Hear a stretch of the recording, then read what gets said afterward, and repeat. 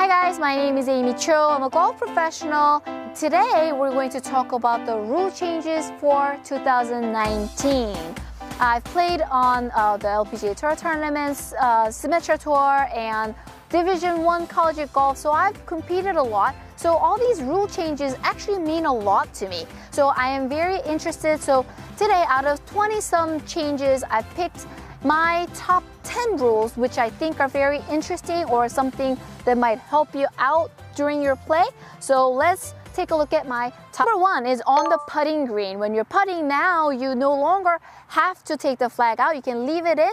When you strike the flag with the golf ball, you used to get penalized, but now you're not going to get penalized at all. This should save a lot of time, and also maybe in long downhill putts might actually save you actually help you make the shots, but with the short putts it might interfere with going in the hole, so I'm gonna always pull them out for short putts. Number 2 is still on the putting green. You know, when you make it in the hole but the ball kind of rests against the flag, we had to make sure the ball drops and touches the bottom of the hole cup for it to count as a hold shot, right? But now, if half the ball is below the hole cup, resting against the flag, that counts as a made shot. Number 3 is on the putting green. When you're putting and on your line, we were able to fix ball marks and old hole cups, but now we're able to fix any spike marks, scuff marks, any of that good stuff. So I think that's a very fair rule actually. So I'm looking forward to that. Number 4 is, we're still on the putting green here. So before, if we accidentally touched our golf balls on the putting green, sometimes we could get away with it, sometimes we're penalized. But now we're going to make sure nobody gets penalized if you hit your golf ball by accident. For example, if you're marking the ball and you touch your ball, or if you're taking a practice swing and touch the ball, or if you accidentally touch your ball by whatever reason, you're no longer going to get penalized. Number 5, this is very interesting to me.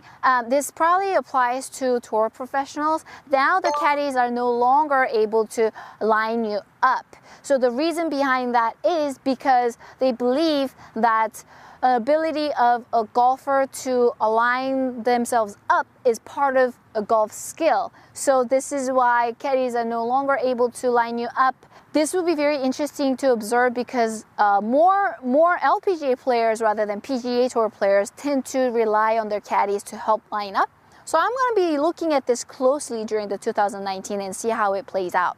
Number 6 and 7 are kind of similar to each other. Number 6 is in the bunkers. You're allowed to accidentally touch the surface of the sand with your club and you don't get penalized. And also, even without the local rules, you're able to remove leaves or branches or stones out of the bunkers, which I think makes a lot of sense. Number 7 is out of the hazard. Now they're going to start calling the hazard area the penalty area. You're able to, once again, without penalty, remove any leaves, twigs, or stones out of the hazard. And also, in the hazard actually is slightly different because you're allowed to ground your club to take your shot. But I don't really know what big of a difference it will make. But anyways, that's a new rule. Number 8 is the way you drop. So we're only supposed to drop from shoulder height. I actually know a friend who got penalized for dropping slightly lower than the shoulder height, which I thought was a little bit too much.